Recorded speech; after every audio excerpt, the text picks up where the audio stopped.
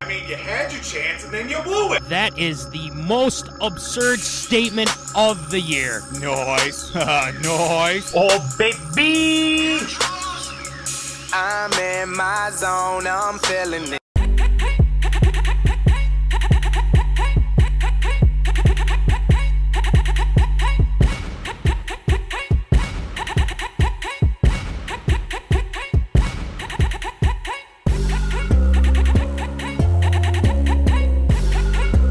Live from West St. Paul Studios, it's time for MinneZona Sports Live with DJ Matty C and Paul the Shield Vold.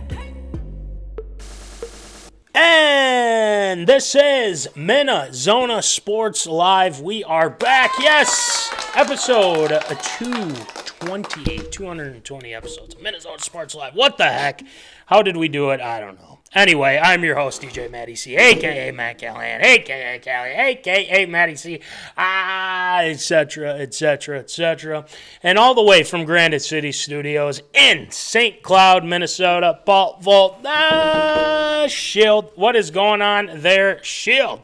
Dude, what a time to be alive. We are in the season of giving. Yeah. We are 1 week away from Christmas. I mean, we're going to have ourselves a hellacious snowstorm make its way through the Granite City area here. Of course, the day of my birthday, which is tomorrow, but no needed to say happy birthday or anything from any of the owners. And we are this much closer to seeing Carson Wentz being a starting NFL quarterback once again. Why not be for the two-time defending Super Bowl champion Kansas City Chiefs? And ahead of the rematch with NDSU and South Dakota State in the FCS playoffs. What a time. What a time to be alive. What a time to be alive indeed. And if you guys have been following the social medias, we have special guests. And no, it is not Double Trouble this week.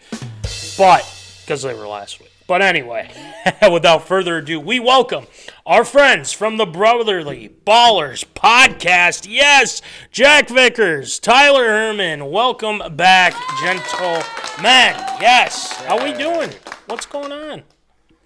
We're good. Thank you guys for having us back again. We'll see if we can have a different version of a Double Trouble this week. But yeah, we're into some playoff push. So our fantasy focused podcast especially is it's in the nitty gritty. It's in the big moments here. So we're excited. And speaking of, go ahead, Tyler. Yeah. No, I'm good. I'm sorry you guys got the snowstorm running through again. I'm out here on the East Coast in Charlotte. It was 67 today, so I feel bad for y'all. I hate you. I'm jealous. I really am jealous. I'm not gonna lie. And you know, we're so used to it by now. We've been through so many snowstorms and stuff like that. It's all right. It's all right. It's all right. So tonight, obviously, we have to talk about fantasy football now because last year we were at the end of the season, I believe, and we were just kind of going through an overview of stuff, asking these guys questions. But now we're into the playoffs of fantasy football this time around. So this is a perfect time to do the crossover episode with you gents as well. So we'll be doing that, and then obviously Tater Tot Hot Take shortly right after as well. We'll be talking about the Vikings' victory over those Chicago Bears, and we'll talk a little Vikings too towards the end of our segment here with these guys, and then after that we've got ARA. Voldy's got some ARAs lined up, ready to go, and Shield shout-outs as well to round up things. And a quick reminder of Voldy this week, Pick'em, and these guys know it very well because, again, if you guys are in the Pick'em, you know the deal. You could win a signed Drake London mini helmet, a signed Breece Hall mini helmet, and a signed Terrell Davis mini helmet as well. Nice. So that's up for grabs. And the MinneZona bundle, obviously, as well. So, Voldy, this week we are giving away something. Can you tell the zoners what it is this week? Not only can I tell you, I can actually show you one of these bad boys, limited edition MinneZona Sports Live Adidas branded hat there for you. So be sure to get those picks in. Be competitive because it's been a pretty good last couple of weeks for your boy here. So I'm slowly but surely crawling my way back into the thick of things here. So who knows? Might mess around and win me one of them hats. But definitely you can't win unless you make your picks. That's true. That's very true. And you know who's doing really well with picks and who's in the top 3? Tyler over here. Tyler, how you feeling about that up there? You might only have to give 2 away. I mean, this is great. I told you guys I knew what I'm doing. I've been doing this for a while. I wasn't just gonna give these away. I'm not that nice. I wanted you guys to compete for it a little bit. So I've been up there the entire year. Jack was there for a little bit, and we slowly slide off as he started to try to make his shaking his head. But I'm telling you guys, I'm only giving away 2. I'm staying up here in that top 3. I like that. Unless someone knocks you off, who knows? Who knows? Right, we'll see. Yeah, so we shall see. So let's get into some fantasy football talk here, guys. So this season's been, I'd say it's been like pretty good, you know, to say the least. Unfortunately, I only have one team going still, and that is in the MinneZona Listener League. I do, unfortunately, play Tyler this week. I think it's going to be a very, very tough matchup. I had 180 points last week. I don't know if I can repeat that from this past week, but we shall see how that goes. But I got knocked out in my other leagues as well. So, but no one cares about that because, you know, it's just me. But what are your guys' thoughts on this fantasy football season overall? What are some things that you're like, dang, things are going well with this. So let's start with Tyler. Why don't you go ahead? Yeah, for me, this was kind of the year of the running back resurgence, is really what it felt like. It seemed like coming into this year, everything was talk of the wide receivers, right? The running backs had just been falling off, and there wasn't any bell cows left in the league. And Saquon, turns out, he's very good at football, and he turned everybody's mindsets around. Then we start to see the double backfields of the Jahmyr Gibbs and David Montgomery, obviously hurt now, but I feel like it was a big resurgence for the running backs, and I feel like they're going to start creeping toward the closer first round in next year's drafts, and the wide receivers are going to start to fall back down because there's just been so many injuries and so many inconsistencies, and it seems like teams are reverting to what they used to do a couple years ago and starting to give their running backs more touches. So there's 12 running backs over the 220 PPR point threshold right now, and there's only like 4 receivers. So those top running backs are always going to be the tried and true bread and butter for you in round 1, and I think we see that switch again from from wide receiver back to running back in 2025. Ooh, I like that. That's interesting to me because a lot of people were saying that Saquon was going to have a down year. Were you one of those guys saying, he probably won't do much, or were you one of those guys that's like, he's going to be raring to go? I will say Jack was more in on him than me. I won't say I was absolutely smash in. The craziest part about this, and you guys will love this stat, Saquon has been tackled at the 1-yard line 11 times. He has scored 0 touchdowns. God. Jalen Hurts has 10 1-yard touchdowns, and then they did 1 pass play. So Saquon could have potentially 11 more touchdowns that he got tackled at the 1-yard line, and then the Jalen Hurts tush push has pushed them all in. So, by the way, Saquon still the RB1, even without those 11 touchdowns. So you put a phenomenal running back against the best offensive line in football. You can just imagine what would happen if they didn't have Jalen Hurts. Honestly, I mean, it's insane to me. Just that stat in itself, how many points he could have had is just, oh my gosh. I didn't even realize that. And he's like on pace to, breaking Dickerson's record, even though, well, I don't know if he will, not saying he will, but, this last game he was 66 yards or something, but yeah. That could It'd be a big climb. It'd be about 150 yards per game here for the rest of it. Yeah. And just to put, again, all of this into context, yes, he's running back 1. He's 40 points clear of running back 2. Nice. Wow. He's got over 300, and the next closest is 265, and that's Kamara. So he is absolutely winning you your league. And me in Zona. Thank you very much. Yeah. I like that. I agree, and I think it's kind of the year of the running back. Like Kyron Williams, I feel like's a guy that I feel like's a guy you can really rely on. He's in the zoner league or the zoner league for me, and he's just been killing it. And Aaron Jones kind of has those big spurts here and there and whatnot too. So very cool. Jack, what has surprised you most here this season? Yeah, no, we're going to kind of reverse roles here because normally I'm kind of the glass half full, optimistic, holding out hope guy, and Tyler's like the more realist. So we're going to kind of flip things up. He had a lot of good points about some happy stuff from the league this year. If I was summarizing fantasy football in one word, I'm going to go negative and just say injuries this year.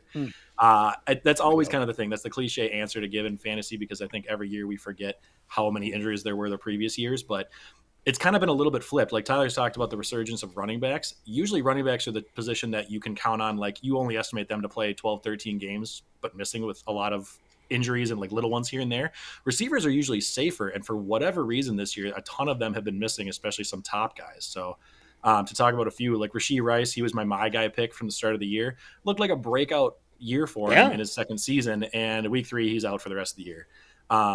Just a fun fact, a sad fact for myself, yours truly. I have a dynasty league with 3 of my top receivers that all went out with ACL tears this year. Stephon Diggs, Brandon Ayuk, and Chris Godwin, who was the wide receiver 2 through week 7 before getting hurt. So all other big name guys that are doing well, and they're all just season ending. It's not even like knocking them out for a game or two.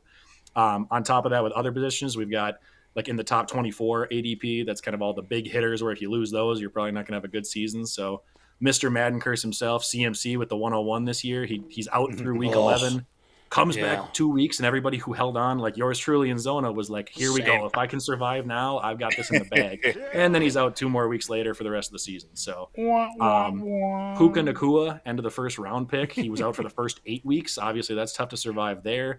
Chris Olave, Nico Collins, 2 big wide receiver 2s in the second round. Poised for breakout years, missed a good chunk of time in the beginning of the season and in the middle. And then other guys, too. Like, we're not even talking about people that got hurt themselves, but just big-time players that got affected by injuries, like CeeDee Lamb and Tyreek Hill, wide receiver 1 and 2 ADP-wise to start the year. Both have had pretty rough value-wise seasons based on their quarterbacks being out. So it's just been a year that's been you've had to kind of stay flexible, and just pivot and find those waiver wire options more than normal. Because if you lose a mid-round guy, it's not the end of the world. You can bounce back from that. But you're losing your first or second round pick. It's tough sledding. So yeah, I agree. And the thing, another kind of player that I kind of want to throw in here too. At the beginning of the season, there were some question marks about Jordan Addison, for instance. He had the ankle injury in the preseason game. He didn't really get going, and then once the free 3 came out, and man, has he breaking out here. This past Monday night, not as much, but obviously the Vikings, came away with the win, even though he had a couple of catches. I mean, don't get me wrong.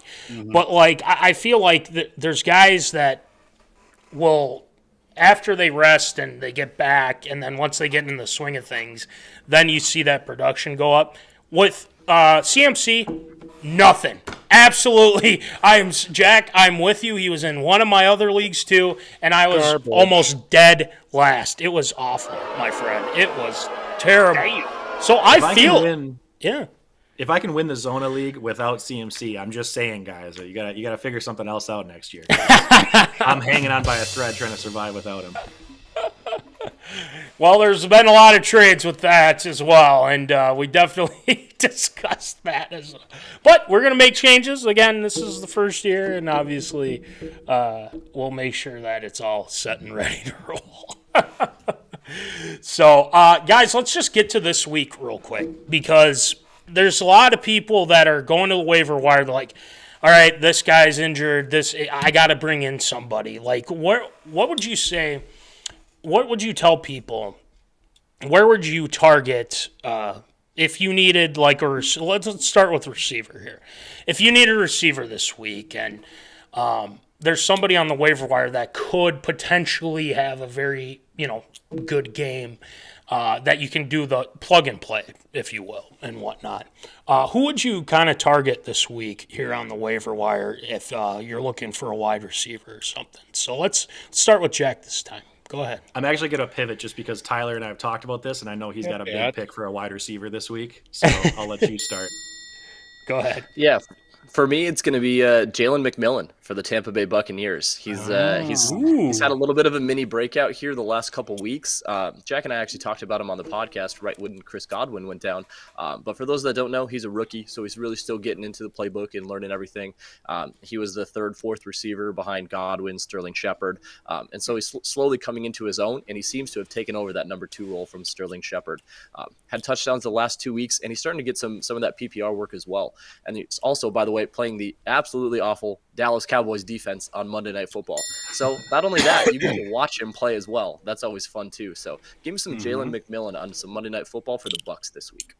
Ooh, Jalen McMillan. I love the name too. Just McMillan against that vaunted Cowboys defense run by Mike Zimmer. Oh man, it's just this. Yeah, it's gonna be a field day for Baker, hopefully. But that's not surprising. Like, I actually picked him up in the Zoner League, by the way. So you never know, Tyler. It could come back to you. No, just kidding. Yeah, that one might hurt me. You can't be doing that. I can't be taking my advice and making me lose. Yeah, exactly. Oh, too good. McMillan, make sure you go on the waiver wire zoners, and if you're looking for a wide receiver and whatnot, let us know or take care of it. So, Jack, what do you got?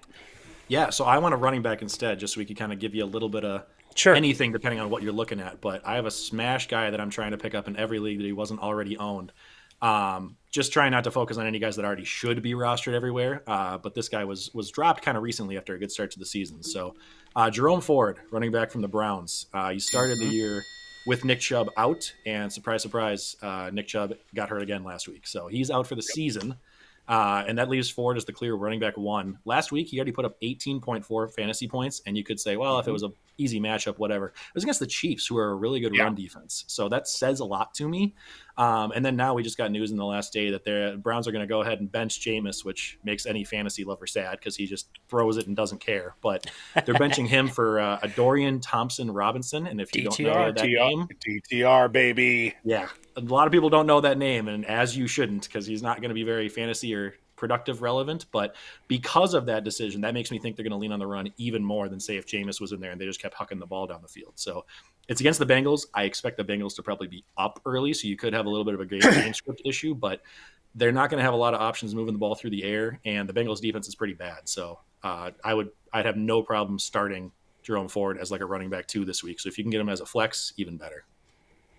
Good to know. Yeah, keep an eye out. I'm sure people are going to their waiver wire right now. I've got Ford in the Zona League, so I'm going to take that. Let's go. Let's go, man. For your playoff push, right? Oh, of course, out of the consolation bracket, baby. Here we go. Hey, we call for that consolation title. This could have been the top 4 right here, guys. That's right. Exactly. That's right. But there were trades that have been happening and everything. I'm also going against my wife this week, so. So there's some added, Tyler knows something about that. There's going to be a question about that later, so we'll hold off any purchasing on that. So. I love it. Oh my gosh. So.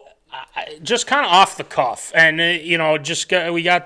just because there's been some news in Atlanta, Kirko Chains, my guy, Voldy's guy, our guy here on the show, was benched. He's benched. Michael Penix coming in.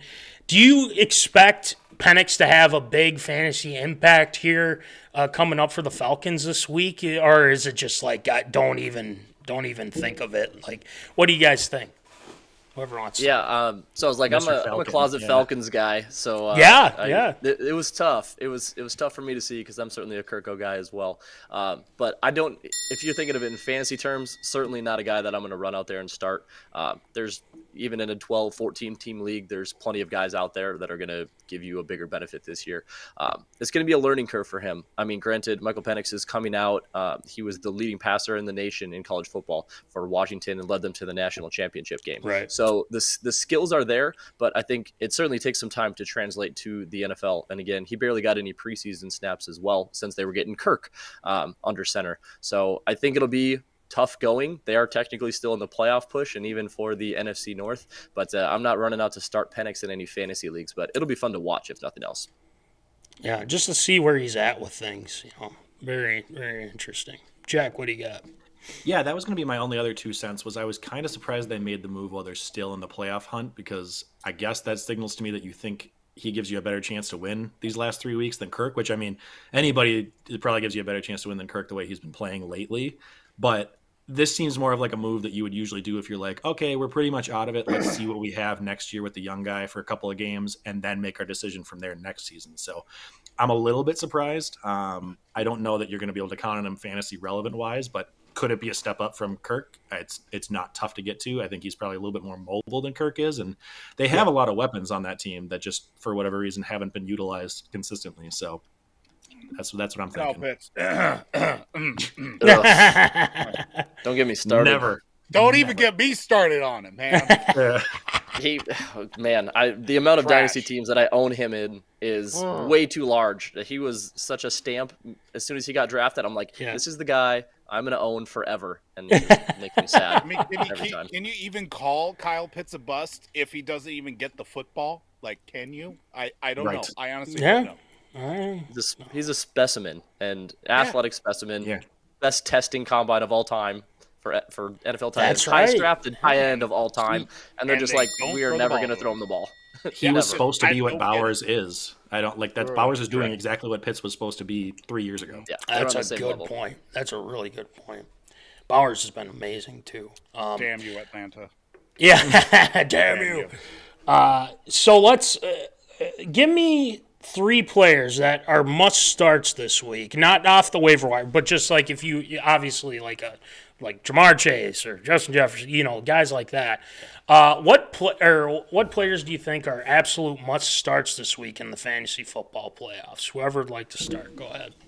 I'll start because I'm going to get back to being the positive guy because I'm going to give you 3 starts and Tyler's going to talk about some sits. But so I went off guys that weren't the clear-cut options. Obviously, if you got a top 20 player, you're putting them in for the most part at running back receiver. If you got a top 5, top 7 quarterback, it's a no-brainer. But I'm going to give you a quarterback, running back, and then a receiving option that I think are all probably rostered, but they're all probably guys that you're like him and Han on your bench, whether to put them in over like a different option you got. So this week, quarterback, we're going off of Tyler's earlier pick for starting in the playoffs with Jalen McMillan. We're going with his quarterback, Baker Mayfield. I think he is probably that fringe guy. I think he's in that like quarterback 5 to 10 range where you're like, do I do him or do I go with a different streaming option? What am I going to pick? Baker has the last 2 weeks, 25 plus points in both of those matchups. So he's surging at the right time. You're going to look at the right matchups and say it's versus the Raiders and the Chargers, and they're both bad defenses. So, yeah, that could be the reason. But so are the Cowboys, like Tyler just talked about. Their defense is terrible on the ground and in the air. In 6 of the last 9 games, quarterbacks have scored 23.8 or more points against the Cowboys. 2/3 on average. Baker is at least in the above average category this year. So unless you've got one of the like 3 to 4 elite guys, like the locked and loaded, Josh Allen, Lamar, Jalen Hurts, Jaden Daniels even, I think I would put him in over pretty much anybody else this week because I think he has top 5 upside. That's my quarterback pick for you. I'll just keep rolling. Don't keep rolling. Yeah. I've got running back, and this is going to pain me to say it. It's gonna shock DJ Matty over here, but I am picking Alexander Mattison as my surprise running back start this week. Really? I'm going deep. I'm not saying he's a top 20 option or anything crazy. Right. Sincere McCormick, the running back the last couple of weeks that looked great for the Raiders. Yes.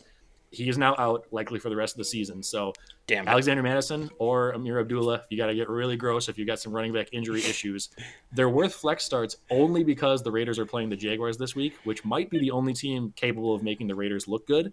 The Jaguars give up the 3rd most running back points per game this season and the 5th most in receptions, which Madison and even Abdullah are both capable of doing. So it's not going to be pretty. It could easily be like a 13-10 gross game and not a lot of touchdown upside, but I think he's good enough to get you. Tyler and I usually use our threshold of like 8+ points. We call it as a win for like a flex streamer, like a plug your nose and put him in type of thing. So I think he's easily capable of that and possibly even more just with that bad matchup. Sure. So lastly, I'm going to make you a little bit happier because the Alexander Mattison one was gross. But for receiver, doing another kind of guy that probably most people have. Well, you couldn't have started him for most of the year, but the last couple of weeks, maybe even though he's been doing well, you didn't know if you could believe it. So receiver-wise, hometown guy, Adam Thielen. now on the Panthers, formerly of the Vikings. Yeah. He had a down-ish week last week with just 10.1 PPR points, which is obviously more inflated scoring. But he still had 7 targets. It just wasn't always connecting for him. So 7 targets for 3 games in a row now since he came back from injury. So as soon as he returned healthy, he's hit the ground running. In the previous 2 weeks before that, he had 19.2 or more PPR points in both of those. So clearly he's Bryce Young's number 1 target. And the team they're playing this week, the Cardinals, have let at least one wide receiver in 3 out of the last 4 weeks hit 16.9 points. So that's the baseline versus the Cardinals, and he's already been doing it against other teams. So I think he could be a very, very sneaky one where if you slide him in as a flex, you can maybe make up some points that you aren't probably going to be projected to get. Well, for one, I know that hurts you a lot with the Madison thing. I know it's tough. I mean, ever since we had him or last time, because we're gonna get to our dud here in a second. Yeah, so sit tight for that one. But I don't blame you because I did have McCormick in one of my because I'm just like I got to get somebody because this was the Christian McCaffrey league I was in and whatnot. And he actually did pretty well, and now out for the season. Who do you have left? Well, Alexander Madison. Well, he kind of got a safety against the Falcons this past week, which I'm just like, this doesn't surprise me one bit. Man. It wouldn't surprise any of us, at this point, because he just runs right straight up the middle. It's like, dude, you got to find the cutback lanes. Move, yeah. Anyway, Tyler, what do you got? For my sits this week, mine are pretty easy. I got a couple running backs and then a receiver. So I'm going to get the receiver out of the way since it goes off a lot of what Jack said earlier. As much as it pains me, I think you got to bench Jerry Jeudy this week. For everything that Jack mentioned, they're making the change from Jameis over to DTR, Dorian Thompson-Robinson. And I just think that passing game is absolutely going to go completely down the toilet. They're not going to try to play in a firefight with the Bengals, right? They're going to try to keep the ball on the ground. They're going to give it to a lot of Jerome Ford, as Jack was mentioning before. So I think Jerry Jeudy, as great as he has been the last handful of weeks, don't just look at the name recognition and how he's been doing. He's truly benchable this week with DTR under center. Oof. That's a tough one, I know. That's a tough one to swalo. Yeah, that's tough. Jerry Jeudy as we speak. Yep. I love it. Swap that guy. All right. Oh, there you go. Apparently, I'm just talking about Voldy's team. I think I didn't pretty even much. I mean, just that just means I'm drafting do. well, I guess. Yeah, that's a good point. That's a good point. So, let's get to the one or just the so far this season. Sure. What player would you say was the pleasant surprise this year? Would you say? Whoever wants to start, go ahead. All you. Yeah, I'll jump in here, and mine. Jack will love this one because he can stroke his own ego for a minute here. But I got to go with Jackson Smith and Jigba. It was his guy coming into it, and he's been incredible. He made his prediction to start the year that there you go. Ooh, nice. I think I got that for Jack for his 30th. My 29th. How dare you? Not 29th, whatever you are. Not old enough. But he's been incredible. He said he was going to overtake DK this year, and he's done, it seems like, exactly that. Granted, DK's been hurt a little bit, but Jason drafted outside the top 32 at wide receivers. He's currently wide receiver 6 in PPR leagues. He has averaged 21.3 PPR points over the last 6 weeks, going back prior to their bye when he put up his 37. And now he gets Minnesota this week, who is legitimately number 32, worst against receivers, and just as bad against slot receivers. So keep plugging in JSN. He's had an incredible season, and I don't see it stopping anytime soon over the next couple weeks. Well, that's perfect because I listen to you guys, and I take pretty much all your advice that you give me, and I have Jackson Smith and Jigba.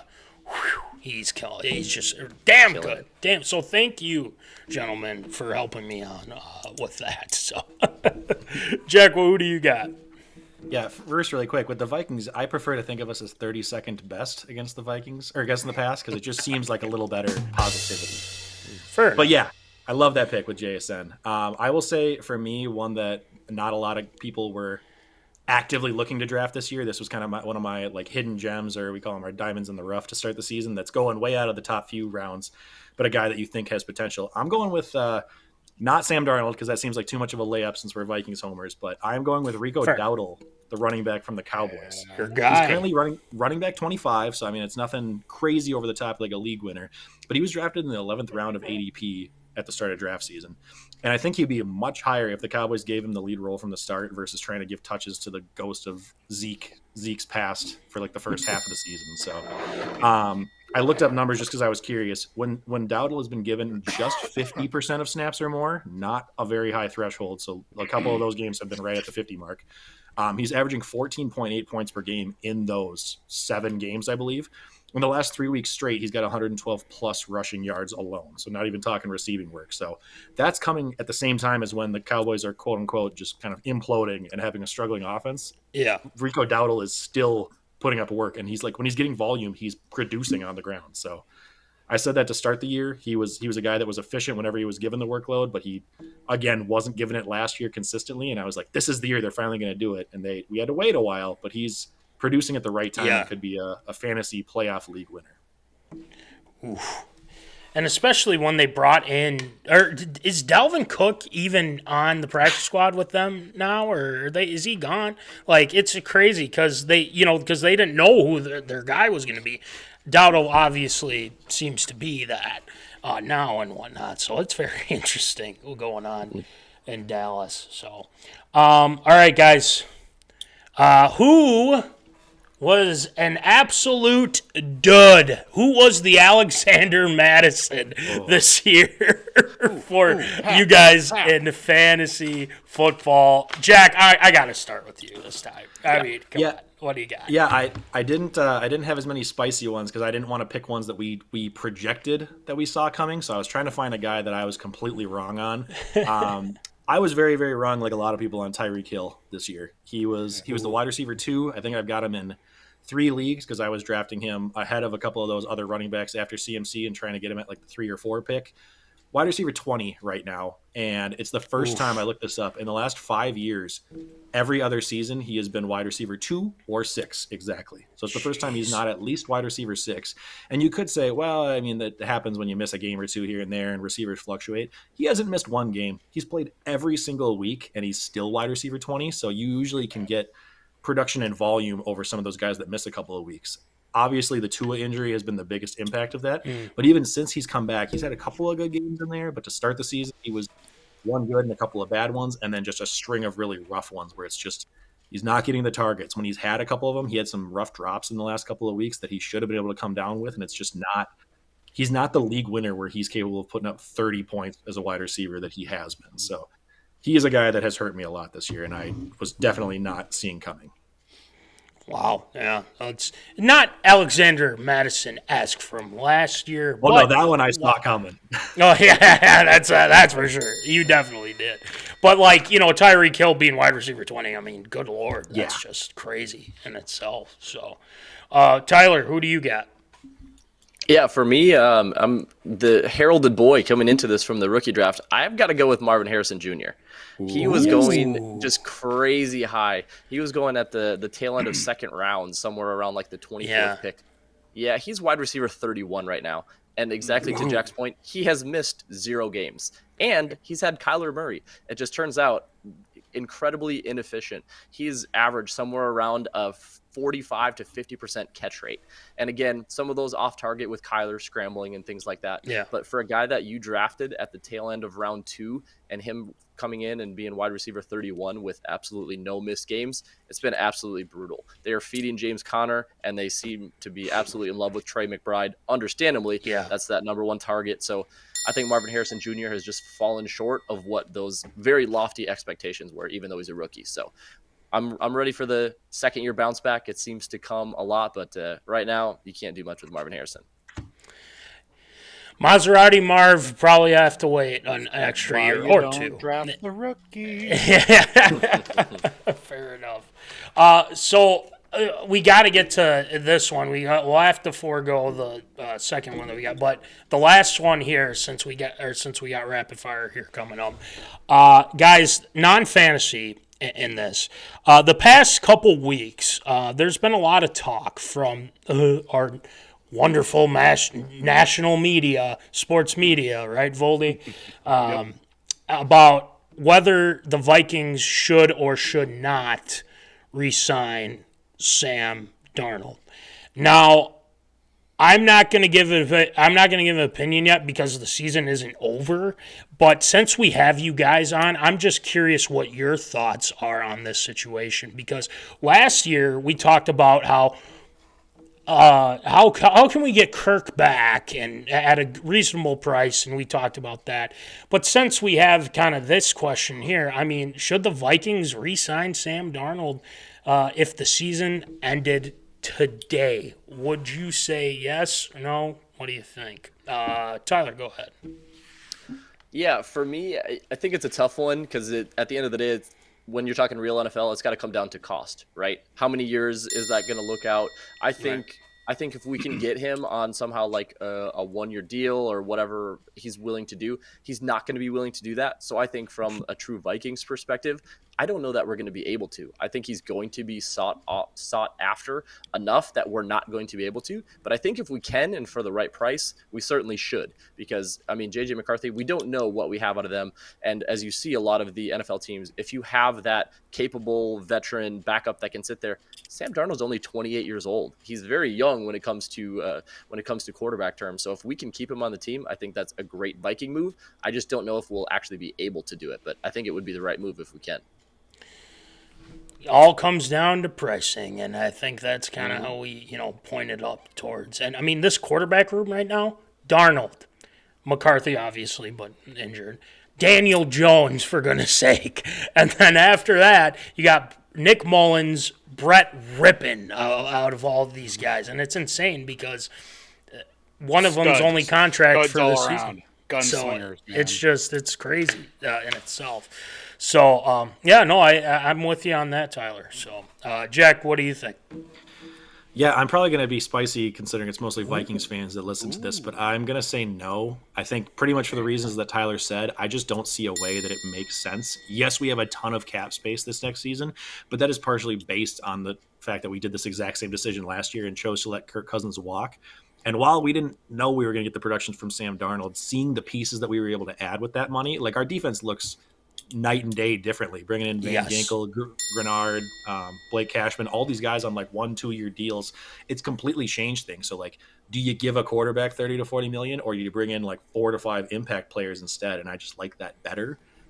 Plus the fact, like if I'm looking at it from Sam Darnold's perspective, he obviously early round pick, had a good rookie deal, but has struggled for his entire career until coming here now. I don't think that it makes sense for him, besides financially, that we wouldn't be able to pay him or shouldn't pay him that much.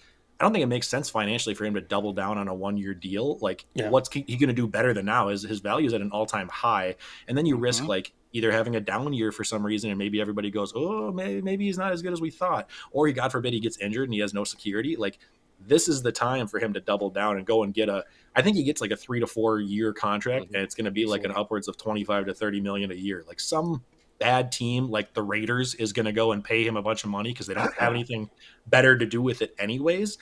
And he's going to want a chance to start. I think if you told him, hey, you should come back here and we try to run it back, like the second McCarthy's healthy, maybe we don't start him right away, but like fans are going to want to see him. Like you don't draft a quarterback early in the first on a cheap rookie deal to then just sit him. I mean, unless you're the Packers with Jordan Love, but most teams don't do that. So like, I don't like that for Darnold with like a rookie quarterback, top 10 pick breathing down his neck if anything doesn't go well. I think he's going to want to go be the guy somewhere else as well as it worked out here. So it would suck, but I feel like we brought in Cousins and he played the best arguably of his career here in this system. We brought in Darnold and he's night and day played way better here in his career than he has. So I think it's the system more than anything. I think Kevin O'Connell does a good job fitting quarterbacks, and our scheme with all these weapons is designed well. Our defense now putting the quarterbacks in good positions. So I think we probably more likely run it back with another like cheap veteran option deal. Like we could keep Daniel Jones on, as gross as that sounds. I guarantee he's got better weapons here and coaching than he did in New York. So yeah. Not saying he's going to be Darnold, but like, is he good enough to like give us the time and keep us in it? And maybe McCarthy's ready by week 5, week 6. Like that seems like a more realistic plan for us and fits what we're trying to do long-term to me. It's not a bad way to look at it, and especially I'm just getting sick of like they're like, oh, the Vikings are idiots if they don't bring him back. Oh, the Vikings are idiots if they do bring him back. It's just like we haven't even finished the freaking season, you know? It's like, Yep. it's insane to me. But, and at this point, I'm kind of with you guys because it's like you don't just draft J.J. McCarthy and be like, yeah, dude, you gotta wait a little bit, you know what I mean? And then bring in Brad Darnold and everything. We just got to see how this plays out. I mean, there's a whole lot of season left, and they made the playoffs. See how that turns out. So, well said, Voldy. Let's do some rapid fire. All right, we already did talk about, of course, picks made throughout the fantasy team, but I want to know, out of your guys' teams here, what has been the best and worst picks that you've made for your fantasy teams this year? Jack, we'll start with you. Oh boy. I have weirdly a lot of shares of David Montgomery, and I didn't plan on doing that, but he was like crazy Mr. Consistent this year, so he helped me in a lot of different leagues. I was super high on Jaden Daniels to start the season, which obviously had a lot of hype, but quarterbacks wise, didn't expect him to be breaking into the top 5 with his rushing ability as quickly as he did. And then Tyler knows I was banging the drum on Trey McBride all year. I was hyped on him being like tight end 1 overall. I said as a bold prediction he was going to easily outscore Travis Kelce, which at the time was not a guarantee. Right. So he's in at least half of the leagues I'm in as well. Took him over Kelce, took him over Andrews, who at the time was like a mid to late second round pick. Over Laporta, I had him. Like I was in on him. So those guys have helped me a lot. Conversely, I have gotten hurt in a handful of leagues by both CeeDee Lamb and Tyreek this year from the aforementioned quarterback issues. So they would be my rough ones that I was totally wrong and out on, I would say. All right. Tyler, how about you? Yeah, for me, the one I was definitely in on and felt like I absolutely nailed was one of my guys that I mentioned, Terry McLaurin. Finally got a quarterback in Jaden Daniels, and it paired perfectly with Jack's my guy because he went with Jaden and I went with Scary Terry, and it turns out that connection has been absolutely great. So he was going somewhere around wide receiver 27, 28. He's wide receiver 6 right now. So he's been absolutely killing it, and that's one I absolutely nailed. As far as when I was in on, Boldy, I'm sorry. I was banging the drum for Kyle Pitts. I'm like, he's got Kirk Cousins. This is it. He's gonna do it. I've got a gunslinger. Yeah, I was wrong. I give up. I'm sorry, guys. It's hard to be year. productive when they don't throw you the damn ball. But which player do you guys regret not taking? Maybe you look back at the draft results and you picked one guy over another guy that's like, I should have taken him. Look at the year he's had. Tyler, we'll start with you. Who's one player that you regret not taking? It sounds kind of brutal, but it was Saquon. I had an opportunity in our main league. I went with Garrett Wilson over Saquon, so that was brutal. Yeah. Again, I know PPR and whatnot, but I had the opportunity for my running backs to be Derrick Henry and Saquon Barkley. So I can only imagine how amazing that would have been. Granted, I still did plenty well with Garrett. He had his weeks when before Devontae came there and when Devontae was hurt and things like that. So he's still doing just fine, but when I could have had Saquon and Derrick Henry, and instead I have Garrett Wilson and Derrick Henry, that's a tough one to swallow. Jack, how about you? Yeah, I was going to say Saquon also. Another one that came to mind that I was actively, vocally out on was Kyron Williams, and he started out the year very, very well. Kind of tapered off a little bit, but he was just crazy consistent. I just didn't think, listen, they're going to have both receivers back. Like, Kyron Williams has been glass. They just drafted Blake Corum. I don't see a way where he's given the bell cow volume, and it's happening. So I regret I don't have him in one spot, and he was Mr. Consistent in the back end of the first, early second. We go on here. Of course, we did know coming into this season for fantasy football, surefire number 1 was going to be CMC as that number 1 fantasy player. Early forecasting for 2025. Who do you see as being the number 1 fantasy player for 2025? Oh, man. For me, this is a tough one, especially when I said the running back resurgence is here. I think the default one is going to be Jamar Chase. I think, especially in PPR leagues, that connection is just absolutely there. But I will not be surprised if you see Jahmyr Gibbs going up there. Ooh. Again, I know Monty's back there as well, and they've split that work. But Jahmyr Gibbs, even with Monty, hasn't played a game with him out yet. Jahmyr's running back 3. They are just absolutely splitting that work, but Jahmyr is still getting his through the air as well. So just think if Monty takes some extra time to heal or maybe gets a little bit less or whatever that looks like, I think he'll be fully healthy for next year. But watch Jahmyr Gibbs be somewhere in that top 2 to 3 picks next year. I like that. Jack, how about you? I like that a lot. I think, especially with Monty now going down for the rest of the season, if Gibbs shows up down the playoff stretch, that's all everybody's going to remember. So I think recency bias will boost him up a little bit. I was going to say Jamar is one of my one, because I think the only other one close to him is JJ, and especially if Darnold leaves and we got a question on the quarterback situation next year, that's enough to keep Jamar up in the fantasy players world. But I'll say the other one, Tyler talked about it already with the running back resurgence and this guy specifically, but Saquon, like there's nothing in his system and his position right now that's going to change from here to next year. So barring an injury down the stretch, they're still going to be an elite offense with Jalen Hurts, and everyone's going to look at those 11 touches where Saquon went down at the 1, and they're like, if he gets 4 of those, he's already an even better running back 1 overall. So I think it'll be him or Jamar as the two that everybody's going to him and haw about as of now. We talked about the number 1 fantasy player for next year, but of course we got to talk real life draft, NFL draft 2025. Who do you see ending up at the number 1 overall pick for 2025 in the real world NFL draft? Interesting. You're more down into college, so. Yeah, I think it'll actually kind of depend whether right now it's the Raiders, could be the Giants. Those are essentially the two gunning for the number 1 pick right now. If it's the Raiders, I think they go Shooter Sanders, no question about it. It seems like that connection is definitely there.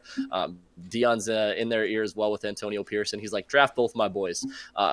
Hot take, and just because I've seen it everywhere and I think it would be fun, Shooter Sanders goes to the Raiders and Deion ends up on the coaching staff of the Raiders. I think that would be awesome. If it's the Giants, I think honestly opposite. I think they will go Cam Ward from Miami. He's had a phenomenal season, and I still think the Raiders had to end up with Shooter Sanders. So I think those ties are just so deep there. And Shooter has been very vocal, as has Deion, like, we will only play for certain teams. So I wouldn't take that risk. I would just take they're 1A, 1B. You can go whichever way you prefer. But I think regardless, Shooter ends up in LA and Cam Ward ends up as a Giant. I like it. Jack, how about you? Yeah, I was going to say Cam Ward by default, number 1 either way, because of what Tyler just said. So he took the words out of my mouth that I think if for some reason the Giants get the number 1 pick, that they'll make it clear that they don't want to play there. So I think Cam Ward goes 1 either way just by default, and I think maybe they'll be looking at it as, well, he was like in the Heisman running, his team, he did a little bit better versus like the flashiness of Colorado, so people might look at it as more of like a safe option if you're doing that franchise quarterback. But yeah, I was going to say the same thing. I think Deion ends up coaching in Las Vegas, and that's going to be the tie there. I think he's going to make it happen because they're both going there as a package. Gross. Finally here, any helpful advice with facing your wife in fantasy football this week? Happy wife, happy life. This will be the second time at least that we'll face against each other, but this is playoffs. I mean, I play for keeps personally. I need more bragging rights on my side. Any helpful advice? You got to keep your marriage if you want to be smart and not upset her this week. But I was going to say, if it's the regular season, man, it's very different where I'm like, I'm okay keeping her happy, but playoffs is a different game where I think you just got to, championships and trophies are forever. So, I mean, she could be mad at you as long as she wants. She'll probably forget in the off season, and at least your name's still on the trophy. Yeah, this is true. I mean, she does probably have the best name in the listener league with Big Richard Darnold right now. So, I mean, she couldn't put Dick. I tried to find a way for her to put Big Dick Darnold, but she had to go with Richard. But I mean, that's all that I've got for rapid fire questions, fellas. I love it. Oh my gosh. All right. Well, with that being said, we went a little over time, but that's why we love having you guys on here. We love talking fantasy football. Tyler, I'd wish you luck this week, but I guess I can't technically. But we'll see. And again, if it comes down to it, it is what it is. I'm going to give it my best. Hawk, no Tua is going to try to get it rolling here. So we'll see how that goes. But guys, again, thanks for coming on. Love talking with you guys. And we'll see how all these fantasy championships end up, and I'm sure we'll be talking. So make sure you guys check out the Brotherly Ballers podcast on YouTube. New episode dropped today, right? If I'm not mistaken. Yeah, it'll drop tomorrow morning. Yep. Yeah. Tomorrow morning. Make sure you check it out on the YouTubes, the whole deal.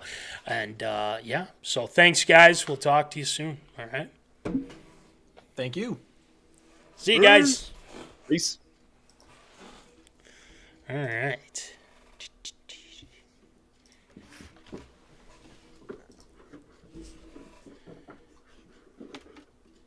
All right. So, without further About 2 seconds away from yelling, "Get off the screen!" Cut the commercial. I think Cut the commercial. granted, I should have said like, "Oh yeah, you guys can hop off and whatnot." Get So I was out. just like, "I got you guys." Boom, boom, boom.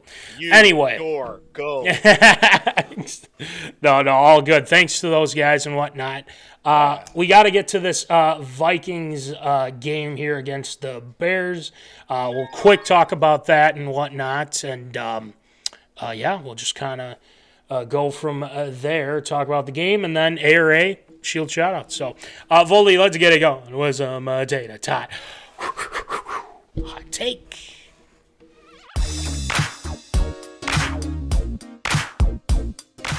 Fresh out of the oven, it's Tater Tot Hot Take.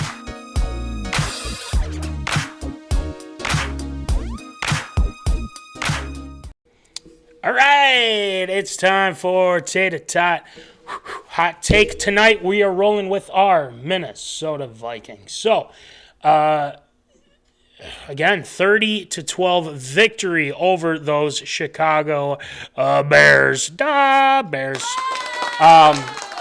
Hell of a game. Vikings played, I'd say, okay. I wouldn't say great. I wouldn't say it was a absolute blowout win. They destroyed them. I mean, they got the job done, and that's kind of what they did.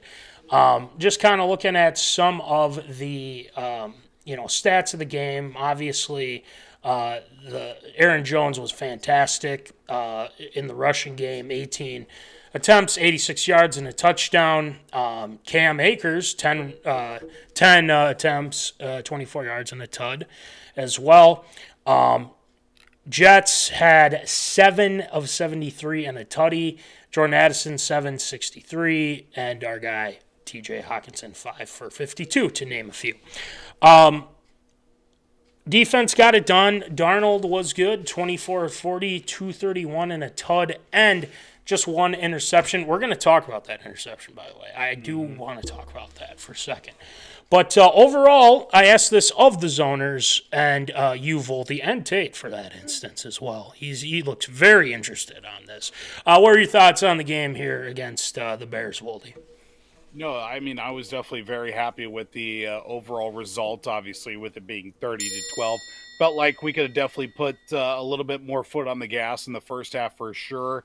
I mean, getting that touchdown in the first drive certainly was very nice.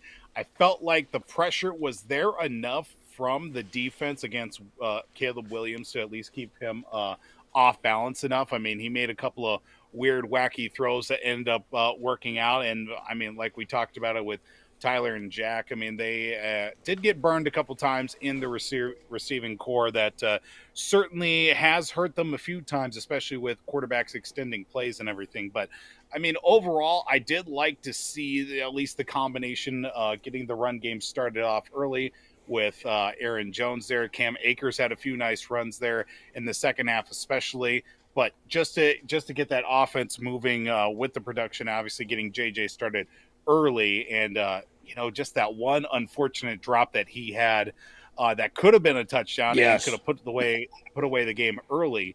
Certainly did hurt a little bit, but overall I liked how things ended up for the Vikings. Watching this game, I felt like our offensive line wasn't as efficient as we'd like, per se. The one thing that I think that they did really well is how they contained Caleb Williams and how they were able to get some pressure. Obviously, he's very elusive. He's talented, but man, he missed a lot of open wide receivers, and that was kind of the difference in what they were doing. The only touchdown that they had, obviously, in the fourth quarter, that they were going up against second-string guys, and they almost stopped the Bears. That's how bad the Bears were. Rushing yards, it wasn't too bad for our defense. We did a pretty good job at containing them, which I think is good because these past few games, they haven't been super efficient in the run game.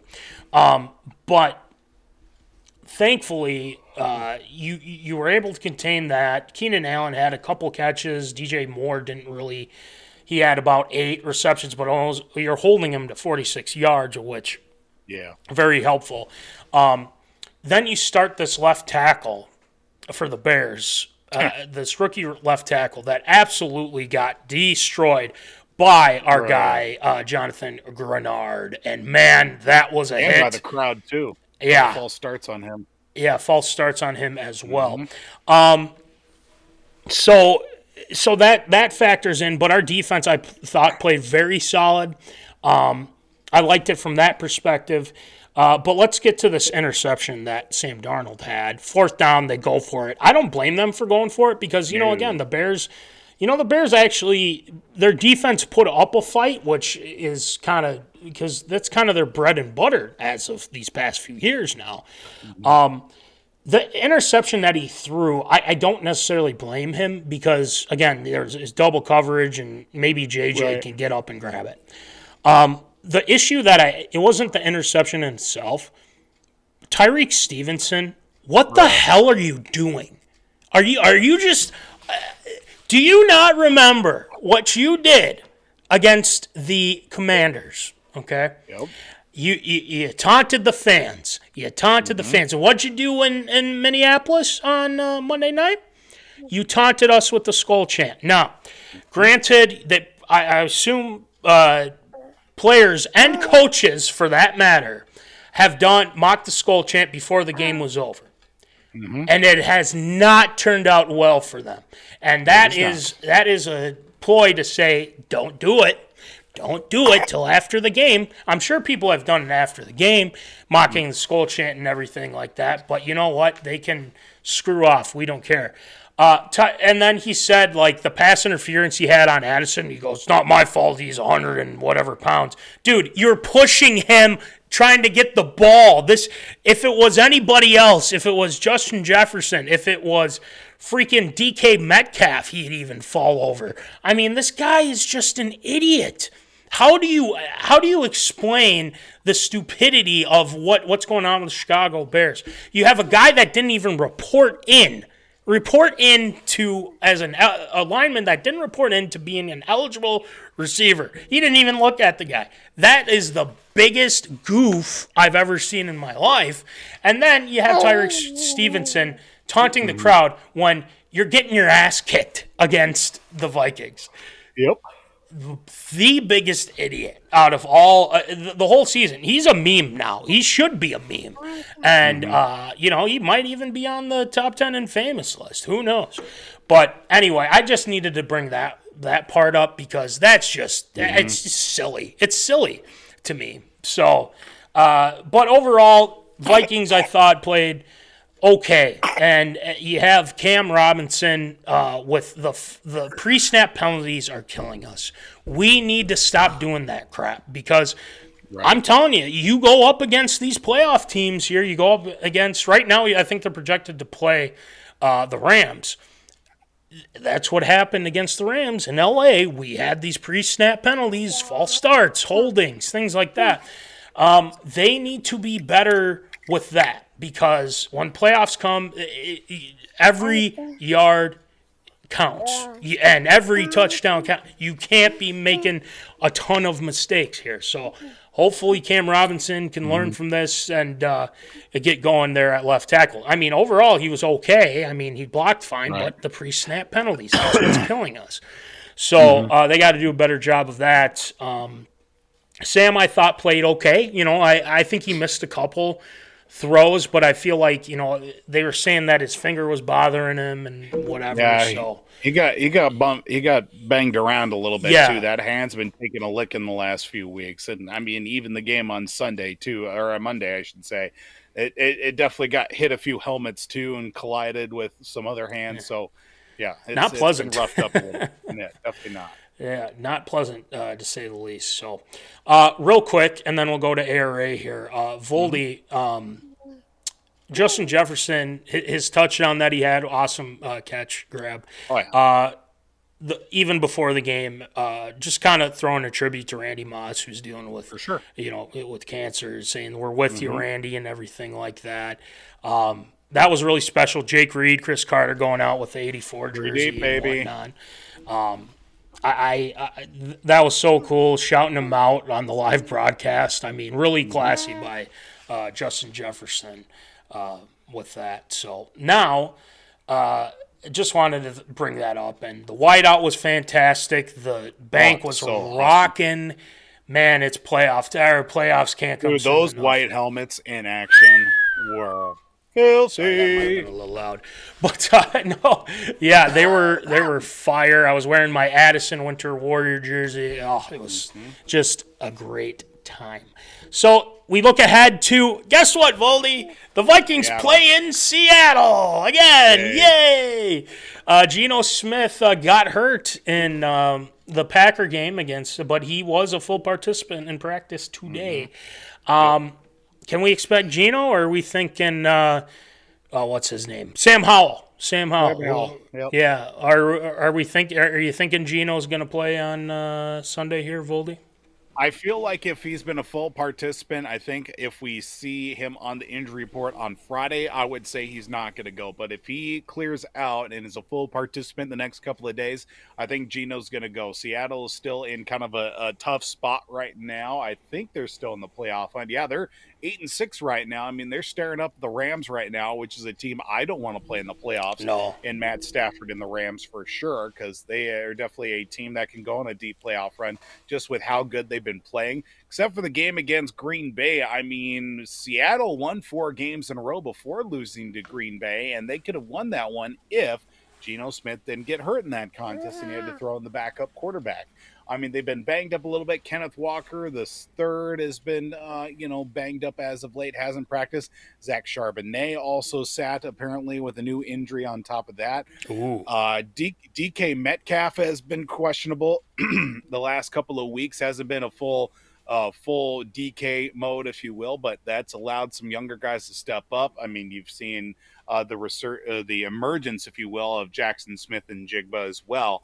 As we talked about with the Brotherly Ballers a little while ago. But this is a tough one. This could very well be a trap game of sorts, but this is a very competitive trap game in many different ways. I mean, this could go either way for either team, a win or a loss, but I definitely don't want to fall short to the fact that getting a win in Seattle would be a nice feather in the cap for the Vikings. Yeah, I think they're banged up. Like you said, against Green Bay, they weren't the best version of themselves. I think they can get to Geno Smith with Grenard, Van Ginkel, the whole crew on the defense. So I kind of was thinking the Chicago game was a trap game, Voldy. Trap game. For sure. So it's, but this one I think has the potential to be that. Unfortunately, but this is in Seattle. It's always a tough place to play, nonetheless. But I'm thinking Vikes victory. I mean, aren't you? I mean, it's just it feels like the momentum's still on the side of the Vikings and whatnot. Their defense has been good. Leonard Williams is a guy to really watch out for because he has played really well this season too. So it's going to be tough nonetheless. It doesn't matter whether Seattle's bad, good, in between. It's always tough to play in Seattle. Yeah. So, all right, we will see how that goes coming up here on Sunday, and we'll go from there. And Tate's in a good mood, so we're in good shape. Anyway, let's get things rolling with ARA. We got some news with the former Patriots head coach, now UNC head coach Bill Belichick, goes to UNC. We've got the NBA revamping the All-Star game. Good luck with that. And then the Yanks and Mets making moves. And to round things off, we got Devondre Campbell, former golfer, suspended by Niners. We'll talk about that as well. So let's get it going. What's up? Absurd or approved? It's time for everyone's favorite segment, Absurd or Approved.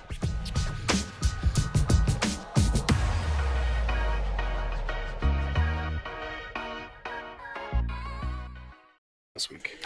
All right, so let's get it going with some absurd or approved. So why don't you rattle them off for us, please?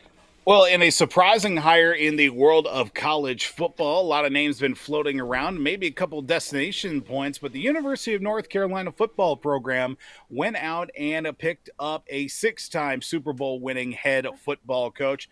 Bill Belichick was named head coach to the program on a 5-year deal. The 72-year-old coach heading to the world of college football after spending much of his tenure, of course, with, pretty much his whole coaching career in the ranks of the NFL all the way back to 1975. This will be his first coaching gig in the world of college football. Formerly, Bill Belichick's father, Steve, served as an assistant coach for 3 seasons for the Tar Heels before joining the Naval Academy, where he was an assistant for 50 years. Very compelling. You go from the tenure of former Texas Longhorns head coach Mac Brown as head coach.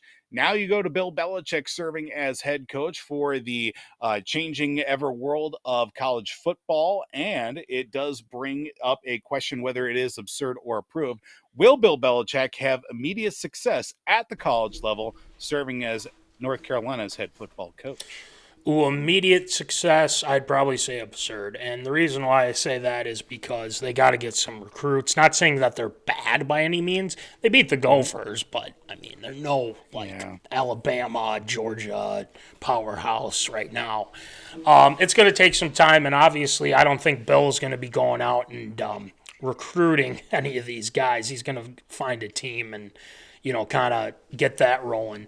But I wouldn't say it's going to be immediate. I think it's going to take a year, maybe even 3, before they're actually to the point, because you got to bring in guys, maybe even through the transfer portal, you're able to do that NIL stuff. I mean, I'm surprised he's doing that. Now, the one thing that I think is interesting to me is that the NFL, that nobody hired him. I know for sure Atlanta was going pretty hard and trying to possibly get him. Now, I think where it broke down was that he was expecting it to be a long-term deal, and the Falcons are like, wait a minute, we need somebody that's going to be here for longevity and whatnot. And I think after that, there really wasn't anybody that was calling him saying, like, hey, I'm sure guys were saying they were interested, but they just found other coaches that fit, what system they wanted to run and things like that. Now, I think this was a move saying, screw you, NFL, by Bill Belichick. Now, I think it's odd that it's UNC of all programs. Like, you'd think it'd be like an SEC school or something like that. But I think this is a kind of a screw you to the NFL, in my humble opinion. But immediate success, I think it's going to take a little bit. I'd say it's absurd. But I could see it in maybe year 3 where they start having some success. But I could be wrong. He's a Super Bowl head coach, couple as a head coach, or a lot as a head coach, couple as an assistant for the Giants. Voldy, what do you think? I find this move very interesting, especially given the fact that he has been in the NFL so long. But, there were reports that he did reach out to the Jets, or maybe vice versa, but that long-scorned relationship of the Jets and Belichick, situation probably wasn't going to lighten itself up anytime soon. But going to college, it does provide another challenge, especially a coach that's going to be the oldest head coach in the FBS at 72 years old in Bill Belichick. You need as much of a challenge as you can get. What makes it interesting? What keeps the competitive fuel going? He's certainly been still very active in, at least making sure that he stays up to date on everything going on, of course, at least at the NFL level. But the college game is completely different, of course, with the transfer portal and signing day and building a program. What's your staff going to look like? All this and that and the other. He's already got Michael Lombardi, who was an executive with the Patriots for a brief time with Belichick during their run as well up in New England. But what's the staff going to look like? Who are you going to have as recruiters? Or what are you going to be doing on the recruiting trail, if anything at all? Are you going to stay in state? Are you going to be hitting the roads as well. How's that all work out, especially with a program that does have the necessary, funding when it comes to a major program? Of course, North Carolina, more known for their basketball, but still a prominent enough program in the ACC, which now spans from coast to coast and far north to the deep south on top of that, certainly does provide a lot of question marks. But is it going to be an immediate success in turnover? I mean, there's going to be, some guys that have hit the transfer portal, some of these incoming players that maybe decommit and go somewhere else and work with the players that you do have. It'll be very interesting to see. Will he have immediate success? I'm going to say absurd for the moment. I think it's definitely going to take a year or two for sure before we see success for Belichick, but at least still stay competitive enough under that 5-year deal to warrant him still being active in the college ranks.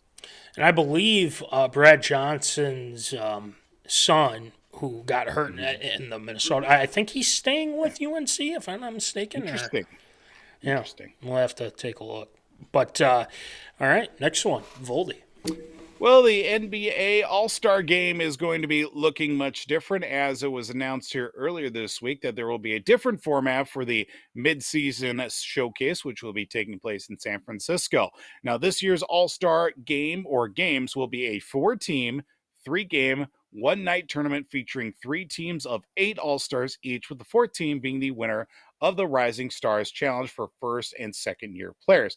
The winning team in all games will be the first to score at 40 points. Now, this is all going to be taking place February 16th at the Golden State Warriors home arena. Of course, the Rising Stars game will be on the 14th, headlining All-Star Weekend on that Friday. Of course, we've seen over the years how the Big Four in professional sports have switched things up with their All-Star showcase and games and activities and everything in between. The Pro Bowl games to the MLB All-Star Game, NHL All-Star Games change things up. Now the NBA All-Star Game is switching things up to basically a rec league night where you get teams playing round robin against each other, with the Rising Stars game now thrown into the mix. Now, with all the changes that are set to take place here for the upcoming All-Star Game, is it absurd or approved? Do you like the change in the All-Star Game format, that being for the better? I think it's a tough. It's so tough nowadays because obviously these guys are just, putting on the spectacle and whatnot with the All-Star Game nowadays, and it's like you have the stars there, but it's like, oh, you get maybe some compensation and this and that, right? But again, a record 397 points last year. 211 to 186. That's a joke. That's an absolute joke. Because no one's playing defense, no one's taking it seriously and whatnot.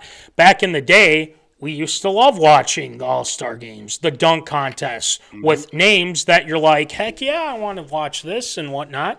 Ever since I feel like the Zach LaVine, Aaron Gordon showdown that happened, there hasn't been any good dunk contest since then.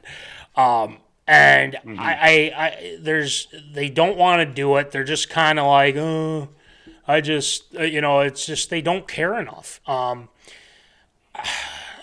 I applaud them for trying to revamp it and everything like that, but this whole rec league thing, I could see it being interesting a little bit. But it's just gotten to the point where it's just like, this is just silly. It's to a point where it's like, is it even worth watching anymore, right? And because I sure don't watch it anymore. I used to make time to watch it for a little bit. Nowadays, it's like, I don't give a crap. They don't care. Who won the West? Okay. Don't care. But again, I think the format, I applaud them for trying and whatnot, but I'm gonna say absurd because it's just kind of like, I feel like they can come up with something a little bit better than what they come up with, and I'm no expert on that. I don't have the money, or I'm not Adam Silver. I can't figure that out by any means, but I'd say absurd. I think they can come up with something a little bit better than what has been or what they've been dealing with, and it's just the players don't care. They're just like, we'll score a bunch of points, it's fine, So I'll say absurd. Voldy, what do you got? I think it's completely absurd. I don't understand why we need to break things up even more. Of course, you went to the captain's pick a few years ago and how that's worked the last 6 or 7 years. On top of that, from the traditional East versus West, here the teams deal with it, get over it. Oh, you didn't get picked for the All-Star game? Well, go to hell for that matter. Now you're making it even worse with 4 teams and you're throwing in the Rising Star challenge on top of that. With that. So basically, you have 5 teams with one of those 2 teams out of the Rising Stars Challenge going on to this tournament base as well. I think it's dumb. Why do we need to continue to reinvent the wheel when the first wheel worked great and this new wheel is just getting more rectangular and oblong and it's not rolling as efficiently as it should be? Right? It's completely dumb and it's short-sighted. Yes, I know it's all about making money and TV rights and shining a new light on the game. Look, if people are going to watch, if people are fans enough, they're going to watch. They're just trying to cater to a crowd that doesn't have all that great of interest in the NBA, and they think if they come up with these new shiny toys and different gadgets and gizmos to get people to watch, then they're abandoning their base core of fans by coming up with these ridiculous one-night circus deals on top of it all. Just give me the Rising Stars game, the dunk contest, the 3-point contest, skills challenge, then the All-Star game. That's it. Don't have to get any more fancy on top of it. It's completely absurd in my mind. And I get why players don't want to get injured, and it's like, but again, then don't go. Then don't go. Don't go. Yeah. That's all right. It's ridiculous. Great, you got named an All-Star. Nobody said you had to show up. Yeah, there you go. That's a good point. So, all right, next one, Voldy. Well, the Major League Baseball offseason continues to shine in the Big Apple. Of course, the big announcement that really kicked things off, at least in multiple ways, was the 15-year, $765 million deal for former Yankee, New York Met, Juan Soto entering the world. And, of course, that being the big deal to really jumpstart things in Major League Baseball and their offseason. But that's not the only move that's been taking place in New York. Of course, former Yankees reliever Clay Holmes has decided to switch uniforms and joining the Mets as a starting pitcher, not a reliever, as he signed a 3-year, $38 million contract. But the Yankees haven't been silent either. They did pick up former All-Star closer for the Milwaukee Brewers, Devin Williams, in a surprising offseason move that sent Caleb Durbin and Nestor the Molester Cortez to Milwaukee. But then also most recently, former Dodger, former Cub, now New York Yankee, Cody Bellinger decided to get traded to the likes of the New York Yankees. His dad, Steve Bellinger, was a former Clay, I don't know where Steve came from, but Clay Bellinger did play for the Yankees back on their heyday of the late 90s and early 2000s. So no stranger to the Big Apple in, of course, Cody Bellinger. Now, with these moves taking place here, who do you think so far has gotten the better deals, the Yankees or the Mets? Ooh, that's a good question. 2 New York teams that I don't give a crap. No, I'm just kidding.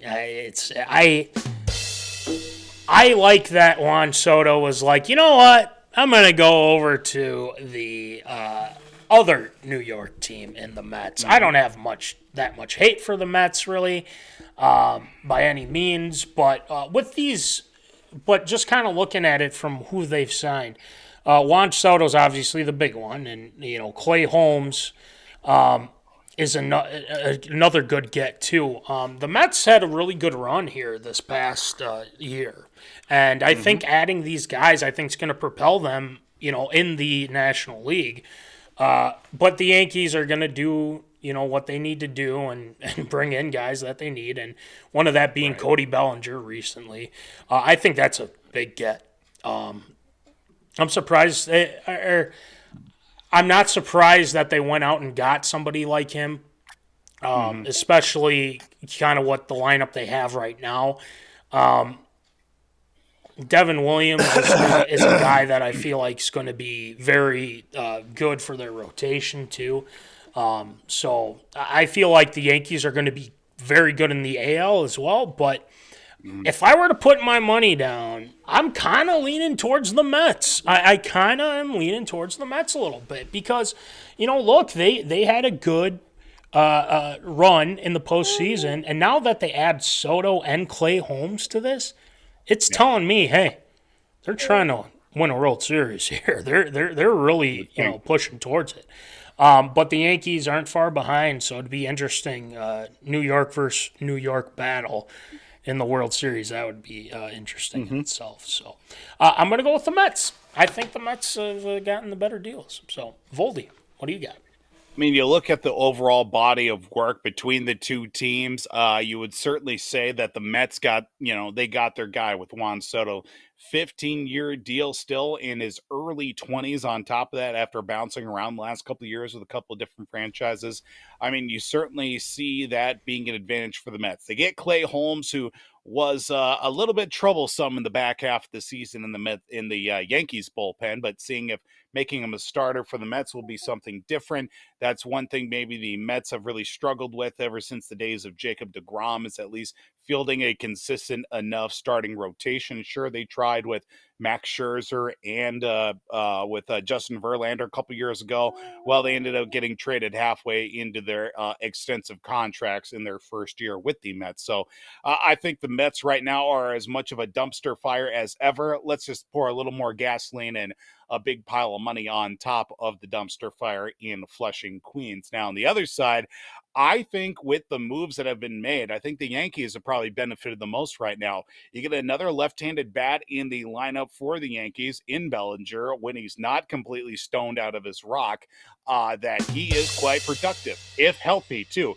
You provide some a little bit more consistency. If it ends up being he plays in the outfield, takes Judge out of center field, that could help. He can play some first base. Of course, you do have Anthony Rizzo. Does he stay there? Does Rizzo maybe end up on the trading block somewhere or signing somewhere else long term on top of it in the dwindling years of his playing ability? But Bellinger does provide a couple of nice pieces on top of it, whether it be in the outfield, at first base, in the DH spot. When fully healthy, Bellinger did have a little bit of a resurgent season with the Cubs here this past year.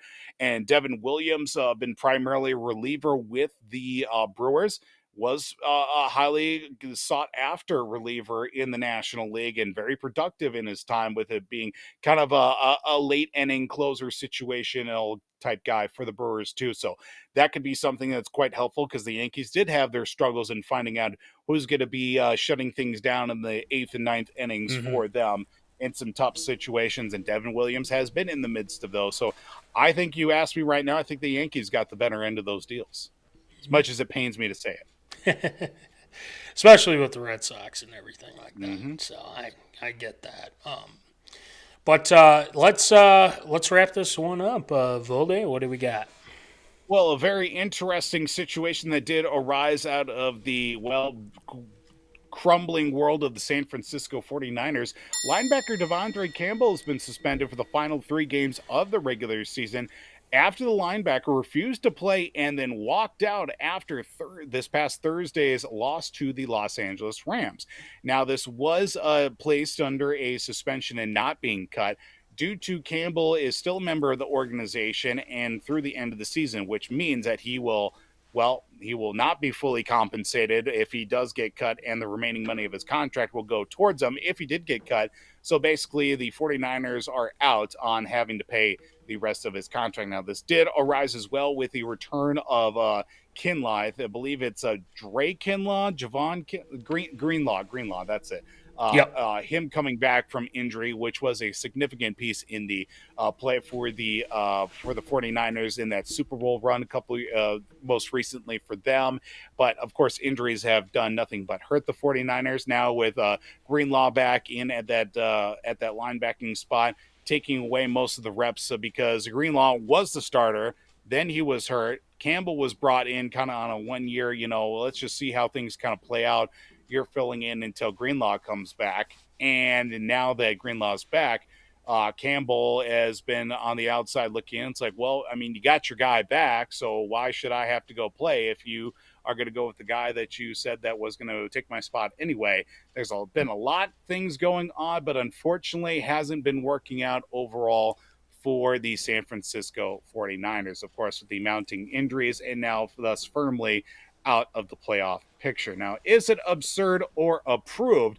Do you think that the 3-game suspension was enough for Devondre Campbell based on his actions in those final moments of that game against the Rams last week? It's a great question. Yeah, I think it's got my stamp of approval. It kind of sucks though, because it's like, we always like. I feel like whenever it's a Minnesota guy, you feel bad for and everything like that. But to not enter the game and giving yourself that opportunity to prove your worth, I know that it hasn't been the best year for him. I know that. Someone surpassed him in his depth chart position. But that's not on the team. It's on you. You need to perform. I think Devondre Campbell's a very good linebacker. I would agree with that. He was with the Falcons, played very well for the Falcons. Then he goes to Green Bay, unfortunately, but he played all right with Green Bay, and now that he's with San Fran, and everybody's against the guy, and you feel bad for him, but at the same time, he didn't enter the game. If you're not going to enter the game and just say, you know what, no, I'm not going to do that, screw that, that just is so disrespectful to a lot of people that would kill for that opportunity to play, right? And he decided, because he's just like, no, I'm not gonna, enter the game. Well, you're not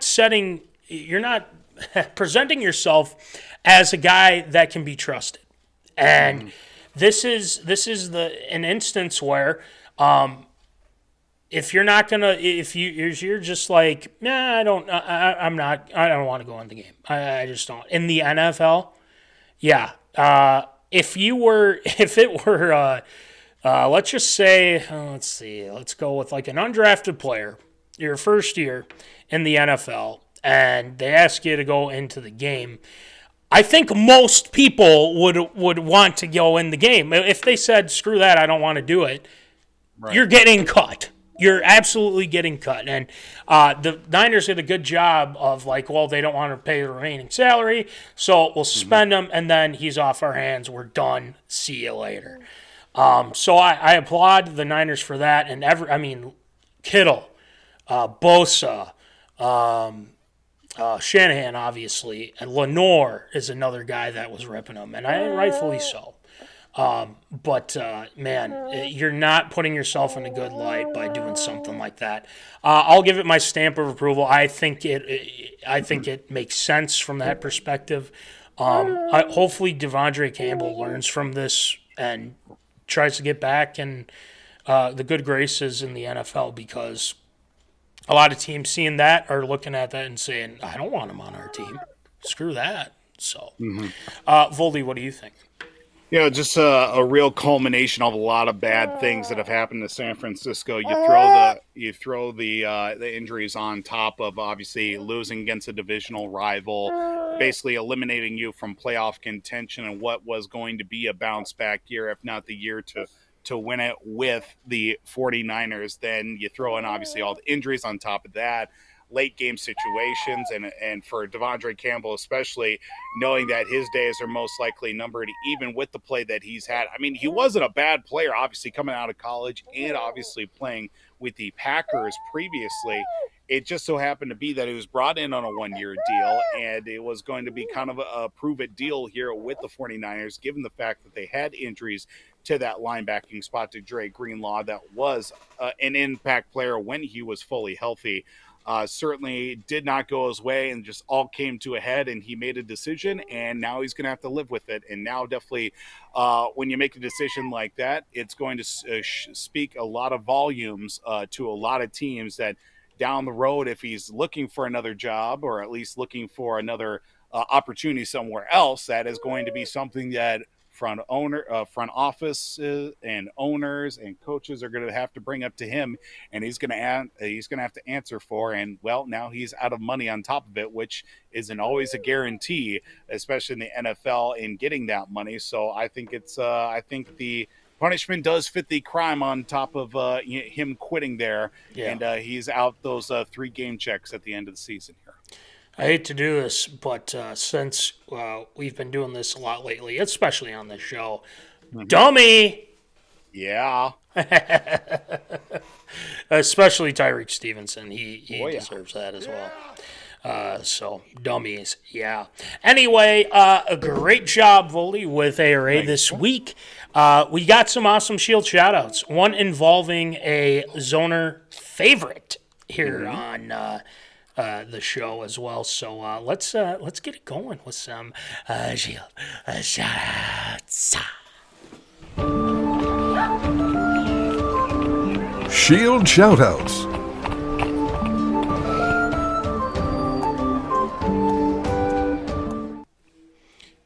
All right, Shield, who you shouting at tonight? Well, we do have to say a word of congratulations, a former Vikings quarterback and now head coach, Teddy Bridgewater, leading his alma mater, Miami Northwestern High School, to the Class 3A State Football Championship in his first season as head coach. And after the championship won, now we're hearing and seeing reports that quite possibly Teddy Two Gloves may be coming out of retirement and maybe looking for a job somewhere back on the field this upcoming 2025 season. We'll have to keep our eyes on that. I know a nice reunion would be nice in Minnesota for sure. What do you got? Teddy B, dip them dots. That's all I got to say. Continue. Also, big thank you to Eric Altina, a.k.a. Tina, for the great Secret Santa gifts, including a vast assortment of craft beers that we tend to enjoy after a Lumberjacks game, whether win or loss. So I happen to be enjoying one of them that was in our earlier conversations with the Brotherly Ballers, and something that kind of started between the two of us. I don't know why, but it's just something every time we see each other, we flip each other off. So he decided to get me a nice t-shirt with a middle finger design on top of it. So thank you to Tina for the wonderful Secret Santa gifts. And I actually did have Joe Clements as a Secret Santa to give gifts to him, and his are supposed to actually be coming in actually tomorrow, believe it or not. And with it being the season of giving, and tomorrow happened to be my birthday on top of it, I do have one more surprise. Nothing too serious. Of course, as I do like to make sure everybody's well taken care of here on the program. DJ Matty C, we're talking ahead of the show there. Ooh. Nice sweatshirt there for you. Oh, I love it. Lumberjacks sweatshirt there for you. It's a 3X, so shoot me your address there, and I will be sure to get that sent in there for you just in time. Hopefully before Christmas, but we'll see on top of that. Yeah. And that's going to do it for Shield shoutouts this week. Oh, thank you so much. And, absolutely. And again, happy early birthday here, obviously. I can't believe we're in our 30s, for one. You're telling me. Especially, it's crazy, and especially doing this show. Our 5-year anniversary is coming up. I mean, it's insane in itself. Crazy. But yes, thank you so much. I definitely going to be wearing that when I get it, and we'll be wearing it here on this show. Mm-hmm. Congratulations to our guy, Teddy B, man. Good Lord.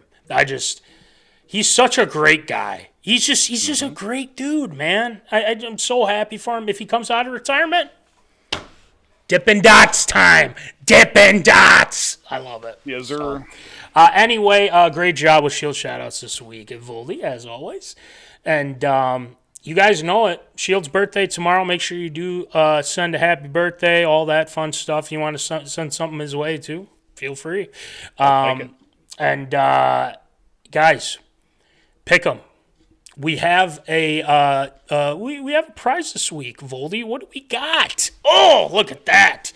Yeah, we got one of these limited edition MinneZona Sports Live Adidas branded hats for the winner here this week. Of course, we only got a couple weeks left before the big giveaway, top 3 finishers and that Zona bundle with those autographed helmets on top of it. But we're giving away one of these bad boys here, so make sure you get those picks in. Straight cash, homie. Straight cash homies. So make sure you get those picks in. I actually already got mine in. I'm kind of surprised. Me too. Usually I do it a little bit later just because I want to make sure all the injuries, things like that. Anyway, with that being said, guys, we got the merch. We got the sweatpants. It's going to snow tomorrow, so if you guys are like, dang, I need some sweatpants to help you out, we got it for you. Winter I've gotten caps. many testimonials about the sweatpants. People are huge fans of them. Joe Clements being one of them loves the sweatpants, and so do I. Joe Clements, that's our guy. I'm glad he likes the sweatpants. We wear it around. I wear it around a lot, too. Me too. Obviously, these as well keep you warm. The MinneZona quarter zips. Make sure to let us know if you'd be interested in one. We still have some left. We got a couple shirts left as well. Throwback shirts, I think we could call them at this point. From the original batch, the OG. The OG batch, yes. Still good. The OG batch. I love it. I love it. All right. The stickers, the hats, you know the deal. We've got the winter caps and regular caps, 4th of July, American flag hat, whatever you want to call it, and then the camo hats as well. So make sure you check those out. Thank you to National Fleet Graphic, Crown Rental, Tyler Knutson. Make sure you check out W2 Performance with our guy, Will Rattel, at www.w2performance.com. Him and his wife have opened their new, I don't want to say store, but fitness center. Let's call it fitness center in North Dakota there. So congrats to them. We will be talking to Will Rattel here at some point. He's got all the new content. So make sure you check him out, W2 Performance, www.w2performance.com. Make sure you check that out. Thank you again to the Brotherly Ballers podcast. Tyler Herman, Jack Vickers. Make sure you guys check out all the fantasy help. We'll watch it back from earlier today, or just check out a lot of their stuff on YouTube as well. So make sure you get your fantasy football stuff taken care of with them. TLS Performance, Troy Stoudemire Jr., our guy, doing some awesome things as well. Make sure you check out the Popcorn Bucket List with Nick Dahlhoff and Ryan Meyerberg as well. Omni Entertainment, they're doing some awesome stuff. A lot of movies coming out this week, so make sure you get your fill there. All right, that's going to do it for episode 220. Obviously, we are off next week for Christmas. And before we log off and everything like that, Merry Christmas to you and yours. We might do some reaction videos after the Vikings game and whatnot, so be on the lookout for that. We'll have more content posted. We'll have some Double Trouble stuff posted as well with the hot or nots, things like that, and and some clips with the Brotherly Ballers podcast. So make sure you check that out as well. We hopefully you guys have a safe Christmas. You guys enjoy time with family, New Year's, and all that stuff. So make sure you enjoy that with friends and family. So we'll be out next week, but we'll be back. So. And we will let you know. So, all right, without further ado, remember, as always, folks, keep in the zone. Holla. Thank you for watching MinneZona Sports Live. Join us Wednesdays at 7 p.m. for live show broadcast. And as Voldy likes to say, follow us on all the socials medias.